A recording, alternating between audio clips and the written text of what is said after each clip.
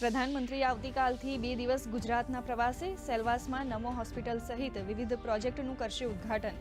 તો સુરતમાં ગરીબ કલ્યાણ અન્ન યોજના અંતર્ગત લાભાર્થી પરિવારોને લાભોના વિતરણનો કરાવશે પ્રારંભ. નવસારીમાં પણ લખપતિ દીદી સંમેલન કાર્યક્રમમાં આપશે હાજરી.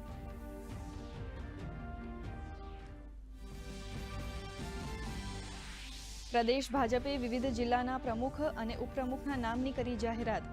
દશરથ બારિયાની ફરી એકવાર મહીસાગર જિલ્લા ભાજપના પ્રમુખ તરીકે વરણી. મહેસાણા શહેર પ્રમુખ તરીકે ગિરીશ રાજગોરના નામની જાહેરાત. નવસારી જિલ્લા ભાજપ પ્રમુખ તરીકે ભૂરાલાલ શાહને કરાયા રિપીટ.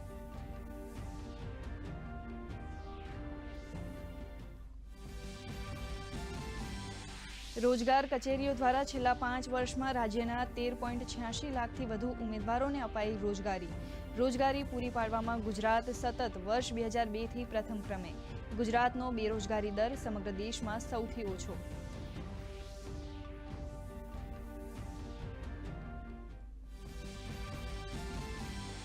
ટીબી મુક્ત ભારતના સંકલ્પમાં ગુજરાતની પ્રતિબદ્ધતામાં વધુ એક કદમ.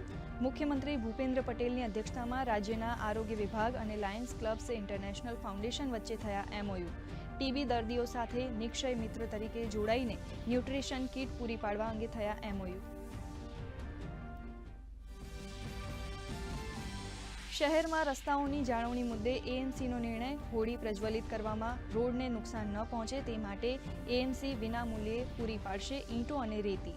સોસાયટી દ્વારા લેટરપેડ પર સંબંધિત વોર્ડ ઓફિસ અને સ્થાનિક કોર્પોરેટરને કરાશે અરજી.